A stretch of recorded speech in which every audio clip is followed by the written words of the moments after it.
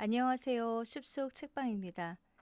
오늘 함께할 책은 사랑의 힘과 생명의 숭고함, 삶의 진정성이 빛을 발하는 감동의 이야기를 담은 책, 신은 우리에게 두 개의 콩팥을 주었다입니다.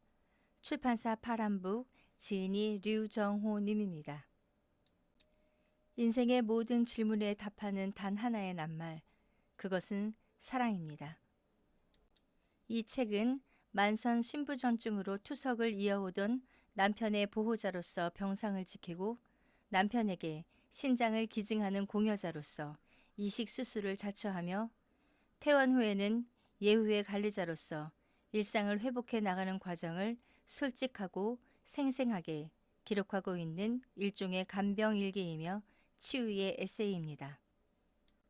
저자는 신장 이식의 특별한 경험과 치료의 과정을 통해서 독자에게 자신의 내면을 살피고 일상을 성찰하게 하며 위로와 더불어 난관을 극복하고 주변과 화해할 수 있는 용기를 전하고 있습니다. 이번 시에는 병상 한 구석에서 퇴원 후에는 남편 곁에서 틈틈이 기록해온 이 이야기에는 부부의 애틋한 사랑을 넘어 인간의 삶에 대한 무한한 신뢰, 고통을 받아들이는 태도와 헌신, 그리고 신을 마주 대하는 겸허한 자세를 감동적으로 드러내고 있습니다. 세속적 욕망과 이기심으로 가득한 현세 속에서 생명에 대한 존엄과 사랑의 참뜻을 일깨우는 한 줄기 빛과도 같은 책. 책은 수술 전과 수술 후 두 부분으로 나누어져 있습니다. 첫 번째는 기꺼이 내어주다, 두 번째는 겸허히 받아들다입니다. 오늘은 각 부분에서 한 챕터씩 나누어 낭독해 보겠습니다. 그럼 책 속으로 들어가 보겠습니다. 바람이 불면 바람이 부는 대로 디데이 원. 바람이 불면 흔들려야지. 바람이 불면 바람이 부는 대로 흘러가야지. 수술 하루 전날이다. 4월 하순의 봄바람이 제법 매섭다. 8일 병동 5호실에서 바라보는 성당의 종탑이 한 손에 닿을 듯 가깝다. 마을 성당까지는 빨리 걸어도 10분은 좋게 걸릴 거리인데 창밖으로는 발 하나 거리에 있는 듯하다. 병동폭도 끄트머리에 있어 별채 같은 병실이다. 외딴 마을의 수도원에 피정이라도 온 듯 사람의 기척이 느껴지지 않는다. 혈액 채취나 혈압을 측정하러 들어오는 간호사 외에는 발자국 소리조차 들리지 않는다. 식사 시간대마다 배식 운반차가 덜덜거리며 지나는 소리와 이따금 병원 공지사항을 전달하는 방송이 빈 공간에 울릴 뿐이다. 병실의 고즈넉한 분위기가 말수 적은 친구가 옆에 앉아있는 것처럼 편한 기분을 자아냈다. 창밖으로 투명한 하늘 아래 멀리선 아파트와 높은 건물들이 세찬 바람에 흔들리는 나무들 사이에 묻혀 있다. 삐죽하게 치솟은 화렵수들이 잎사귀를 바람에 내맡긴 채 쏴 하는 파도 소리를 내며 한쪽으로 밀려갔다 다시 쓸려왔다. 사철 내내 푸른 소나무는 청청한 결기를 지켜야 하는 사명이라도 품은 듯 자잘한 속내를 드러내질 않는다. 지조도 지나치면 고집이 되는데 그에 비하면 잎이 넓은 화렵수는 대책 없이 솔직하고 꺼리낌 없이 유쾌하다.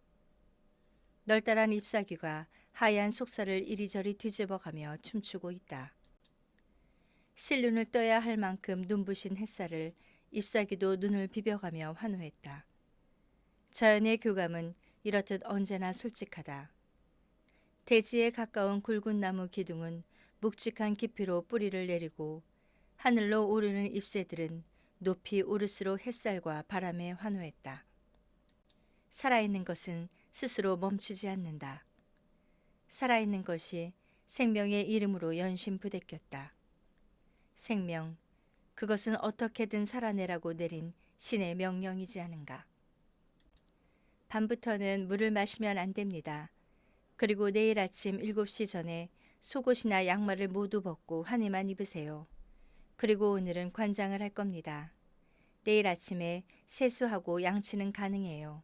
미리 압박 스타킹을 신고 이동할 겁니다. 수술은 8시에 시작할 거고요. 병동 간호사가 수술 전에 반드시 지켜야 할 일들을 파란색 연필로 밑줄을 그어가며 말했다. 성조는 점심 식사 후부터 금식이었는데 공여자인 나는 수혜자인 성조보다 지켜야 할 일이 많지 않은가 보다. 오랜 교단 생활 탓인지 종아리에 울퉁불퉁 드러나던 푸른 혈관이 보기에도 끔찍했지만 그냥 두면 안 된다는 경고도 있어 몇 년 전 하지 정맥류 시술을 받았다. 그때 신었던 빡빡한 아파 스타킹을 다시 신었다. 수술에서 생길지도 모를 혈전을 예방하기 위해 미리 압박한다고 한다. 수술할 때 혹 출혈이 있을 수도 있어요. 그렇게 되면 수혈도 할지 모릅니다. 라는 말도 덧붙였다.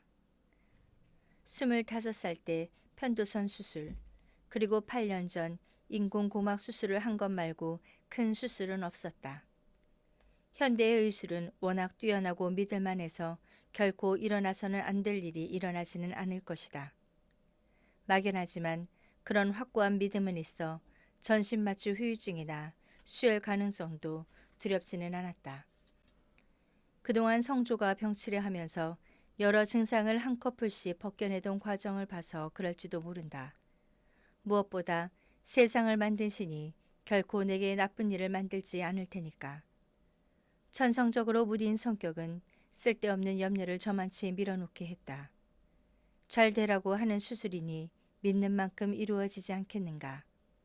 한 푼어치의 믿음이라도 붙들고 경외한다면 신도 외면하지는 않을 것이다. 내 허리 뒤에 붙은 2개의 신장 중 왼쪽 신장을 적출해 성조의 오른쪽 신장 아래에 붙이는 수술은 그 누구도 쉽게 할 수 있는 공사가 아니다. 투시하면 나의 신장 자리는 하나가 비어있을 테고 성조는 양쪽 신장에 하나 더 붙어 신장이 셋으로 보일 것이다. 오래전이라면 상상으로도 가능했을 리 없는 수술이다. 염려하지 않는다고 큰소리치듯 장담했어도 내일이 지나면 신장 하나가 없어진 만큼 몸의 반응도 이전과 같지는 않을 것이다. 당연하지 않은가. 그래도 10%대의 신장 기능을 갖고 지금까지 견뎌낸 성조에 비하면 섣부른 기우일 따름이다. 물론 이 모든 것을 수치로 판단할 수 있는 것은 아니다. 인간의 몸은 숫자로 계산할 수도 이성의 힘으로 통제할 수 없도록 오묘하게 빚어지지 않았던가. 비뇨기과 담당 의사와 주치의도 수술 전 회진을 다녀갔다. 왼쪽에 신장이 나올 만큼, 그러니까 어른 주먹만한 것이 나올 만큼 배꼽 위를 절개할 거고요. 마취 후에 제가 들어가니 수술 전에는 만나지 못할 겁니다. 아, 환자분의 신장이 G형인 것은 알고 있나요? 보통 신장에 동맥 혈관 큰 것이 하나 있어요. 물론 2-3개 있는 사람도 있지만. 환자분은 신장 아래쪽으로 동맥 혈관 큰 것이 하나 있고 거기에 작은 가지가 하나 더 있어 쉬운 수술은 아닐 겁니다. 그렇지만 걱정은 하지 마시고요. 수술 잘 하도록 하겠습니다. 라는 말에 이어 수술할 복부를 살피고 갔다. 신장이 G형이고 복부에 지방이 많아 수술이 쉽지는 않을 것이라고 했지만 마지막 말만 오래도록 남았다. 때로는 의사가 신의 버금가니까. 걱정은 하지 마시고요. 수술 잘 하도록 하겠습니다. 해가 저물고 어스름 내린 창밖에 도시의 불빛이 하나둘 켜졌다. 하늘에 어두운 구름이 내려와 검은 산을 이루었다. 이 밤이 지나면 우리 부부는 내어주고 받아드는 이벤트의 주인공이 된다. 캄캄한 창밖을 우두커니 바라보다 걱정 따위는 없다던 한낮과 달리 비장한 마음이 슬며시 고개를 들었다.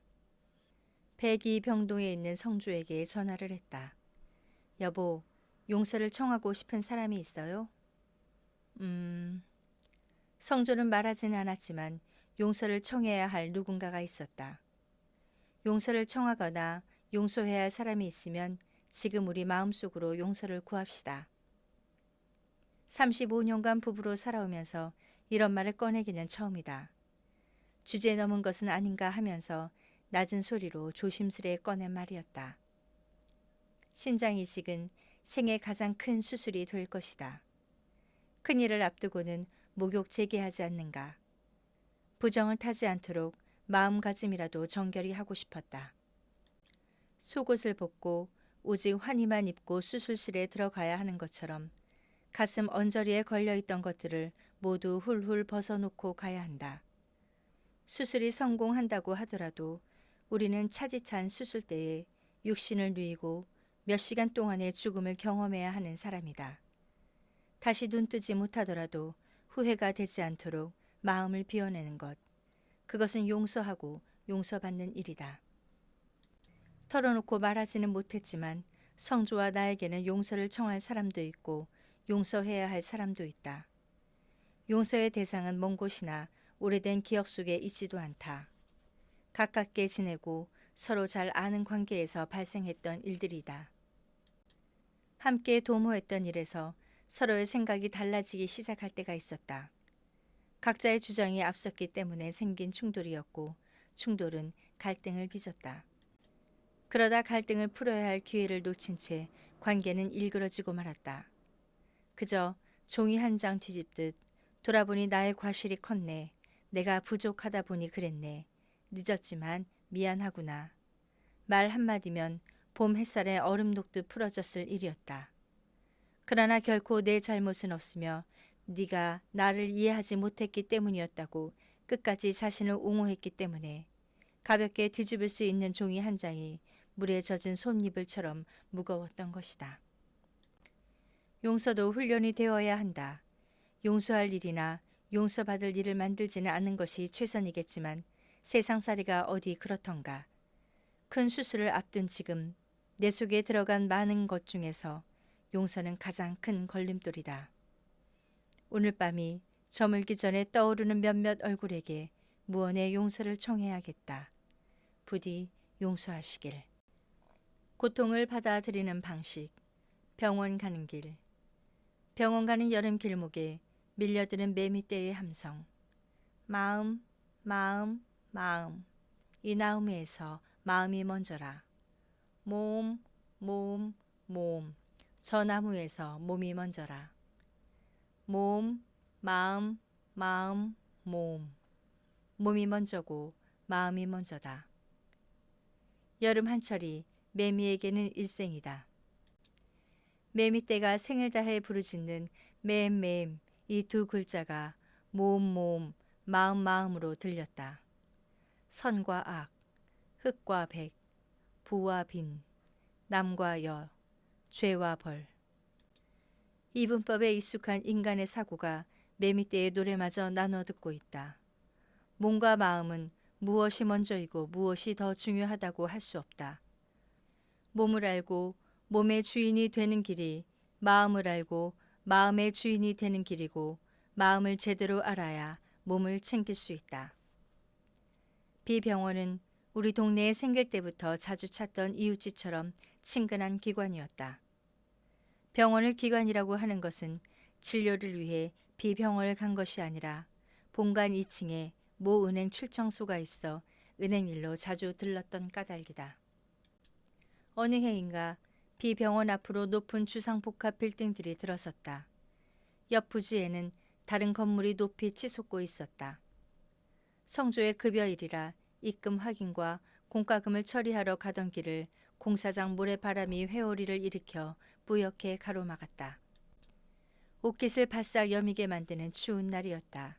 당시 비병원은 지금처럼 매머드 병동들이 신축되기 전이었고 지금의 본관인 단일 건물로 이루어진 곳이었다. 에스컬레이터 없이 계단으로 오르내렸으니 10년도 더 된 이야기이다.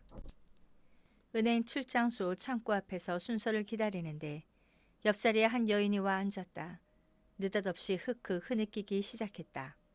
흐느낌은 낱낱이 흩어졌다. 다시 모여 길게 이어졌다. 흐느낌이라기보다는 애간장을 끌어내는 곡성에 가까웠다.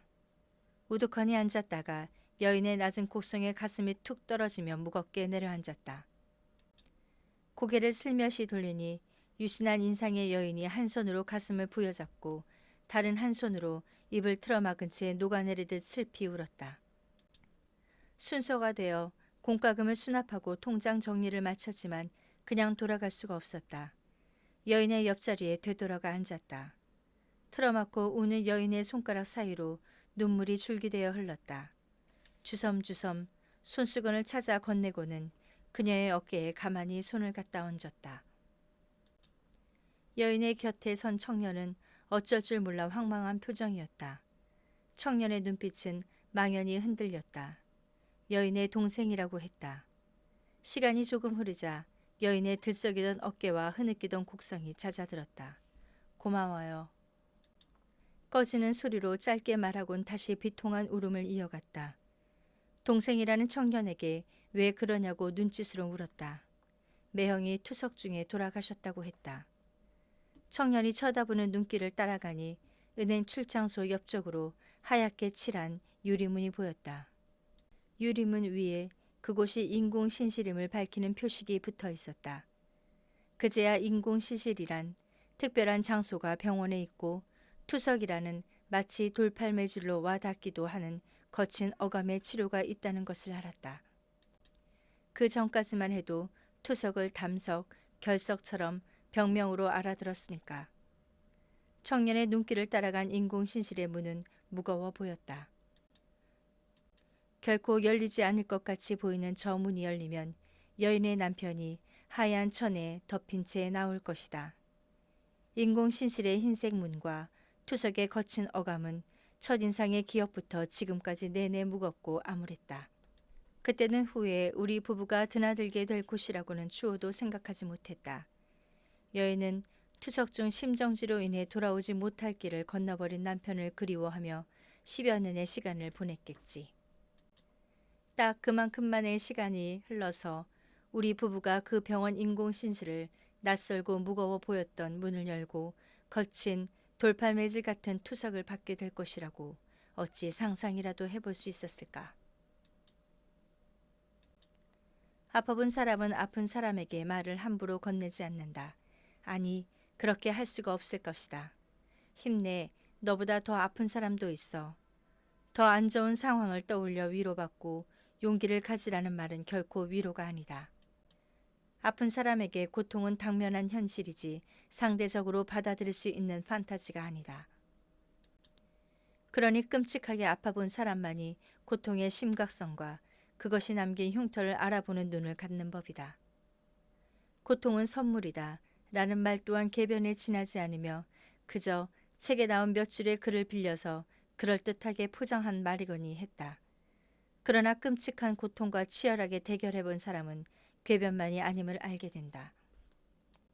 죽음 앞에서 모든 인간은 평등하다. 그러나 모든 이들에게 저마다 다른 모습으로 달려드는 것이 질병이다. 그것을 받아들이는 방식도 다르다. 지은 죄에 대한 형벌로 받아들이기도 하고 삶의 도전으로 받아들이기도 하며 사람이라면 누구나 거치는 생로병사의 현상 중 하나로 받아들이기도 한다. 그런가 하면 씻을 수 없는 생의 모욕으로 받아들이기도 한다.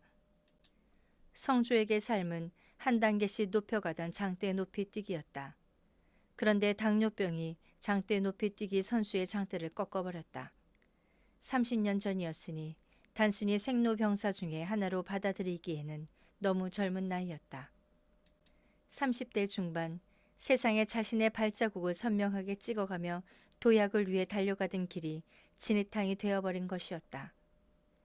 병으로 한순간에 삶이 뒤엉켜버린 성조는 병의 유전인자를 물려준 부모를 원망할 수도 그렇다고 몸을 함부로 방치했던 것에 대한 대가로 받아들일 수도 없었다. 그렇다고 일방적으로 몸을 침범한 병에 결연히 맞서겠다는 도전 의식도 들지 않았다. 질병과 함께 살아가는 것은 참 뭐라 말할 수 없는 미묘하고도 난해한 더부살이이다. 고통을 사랑하라. 나 환자촌에서 오래도록 의료 봉사를 한 폴 브랜드의 말이다. 날마다 엄습하는 공포와 통증으로 죽을 지경인데 무슨 그런 시덥지 않은 말로 아픈 이를 우롱하는가. 나 환자들이 손가락이나 코가 없는 것은 그들이 감각을 잃어버렸기 때문이다. 펜이 뜨거운 줄도 모르고 손가락이 떨어져 나갈 때까지 잡고 있거나 가려운 코를 상처가 덧나고 감염이 될 때까지 긁어 결국 코가 떨어져 나가기도 한다는 것이다. 어찌 보면 고통을 모르기에 더 처절한 고통을 겪는 나 환자들이다. 그런데 고통을 사랑하라니 이 말 또한 그가 나 환자들을 위해 헌신적으로 봉사하지 않았다면 결코 할 수 없었던 말이었을 것이다. 류 선생, 사람은 몇 가지를 갖추면 좋을까요? 글쎄요, 저는 아직 삶을 몰라서요. 첫째는 착해야 해요. 그렇죠. 어려서부터 착하다는 말은 최고의 칭찬이었어요. 착한 것이 최상의 것인 줄 알았거든요. 착한 일을 하면 칭찬도 받고 제가 쑥쑥 커가는 것 같아 기분이 좋았어요. 그 다음은요? 차로 인연을 맺게 된 정읍의 한 스님과 고궁박물관에서 열린 조선의 백자 달 항아리 전시를 보고 경복궁 근처 식당에서 밥을 먹었다. 로맨티스트였던 스님의 방에는 늘 차향이 은은히 감돌았고 클래식 음악이 낮고 웅장한 음향으로 퍼졌다. 벚꽃이 흩날리거나 붉은 단풍잎이 툭툭 떨어질 무렵엔 절의 고즈넉한 뜰에서 작은 음악회를 열기도 했다. 스님은 천천히 숭늉을 마시면서 말씀을 이었다. 두 번째는 호탕해야 해요. 하긴 그럴 것 같다. 착한 사람은 담대하다기보다 지나치게 조심스러운 편이니까. 매사에 소심하다는 소리를 듣게 되는 게 착한 사람의 공통점이긴 했다. 네, 그 말씀에 정말 동감해요. 어려서부터 착하게만 살려고 하다 보니 어떤 때는 그게 발목을 잡더군요. 물론 그렇지 않은 사람도 많겠지만 조심스러운 게 현명한 것과는 다른 것 같더라고요. 그런데 착해야 하고 호탕해야 한다. 어렵네요. 저는 호탕하고 대범한 사람이 부럽긴 했어요. 잠시 틈을 두었다가 말을 이었다. 호탕한 게 꺼리낌 없이 호기롭다는 말이겠지요. 사위의 폭이 바다같이 넓고 대범한 사람은 실은 저의 소망이기도 해요. 끝으로 세 번째가 궁금해지는데요. 스님은 뜸을 들이면서 슬며시 세 번째 답을 내놓았다. 안목입니다. 10년도 넘은 스님의 얘기가 불쑥 떠오르는 한밤이다. 착하고 호탕하고 게다가 안목까지 갖추었다면 지성과 감성과 의지를 골고루 품은 전인적인 사람일 게다. 그런데 그런 사람을 주변에서 찾을 수 있던가? 착하면 호탕하지 못했고 호탕하면 은근한 깊이와 안목이 아쉬웠다. 그렇게 되고자 애쓰는 것만 해도 가상한 삶이 아닐까. 안목은 아무리 노력한다고 해도 한두의 사이에 싸울 수 있는 것은 아니지 않은가. 스님이 말한 세 가지를 환우에게 대입해 보면 어떨까. 착하다는 건 의사의 말을 잘 따르면 환자일 테고 끝까지 좌절하거나 포기하지 않고 병을 긍정하면서 치료에 임하는 자세는 대범하고 호탕하다고 말할 수 있겠다. 끝으로 자신의 몸과 마음을 섬세하게 살피는 안목까지 갖추면 치유의 길은 평온해질 것이다. 돌이켜보면 의지였든 사랑이었든 내가 가진 것을 내어줌으로써 한때 충만했다. 성조도 말없이 자신의 많은 것을 내어주었다. 다만 병환이 아닌 일상 속에서 받았기 때문에 각인되지 않은 것뿐이다. 오랜 시간 지속적으로 진행되어 온 헌신이야말로 위대한 것이다. 게다가 일상의 헌신은 생생될 수도 없고 받은 사람 또한 당연한 것으로 여기기까지 한다. 지금에 와서 곰곰이 생각해보니 그건 절대 당연한 것이 아니며 내가 병환 중인 남편에게 장기의 일부를 내어줬다고 해서 크게 부풀려지는 것 또한 명구스러운 일이다. 내가 의미를 두고자 하는 건 단지 신장 하늘을 내어주는 일이 아니다. 상대를 온전히 마음 깊이 받아들이고 서로를 위해 인내하고 희생하는 것마저 내어주는 일이기 때문이다. 기꺼이 내어주고 겸허히 받아들이는 마음이 일치할 때 이 줄탁 동시에 아름다운 순간에 생명은 탄생하고 삶은 한없이 깊고 자유로워지는 것이리라. 네, 신이 우리에게 두 개의 콩팥을 준 것은 우리는 고난에 처한 이들보다 여분의 삶을 누리고 있으며 나눔의 마음을 간직하라는 뜻이라고 생각합니다. 오늘은 우리 함께 작은 것이라도 나눌 수 있는 여유를 갖는 하루가 되었으면 좋겠습니다. 감사합니다.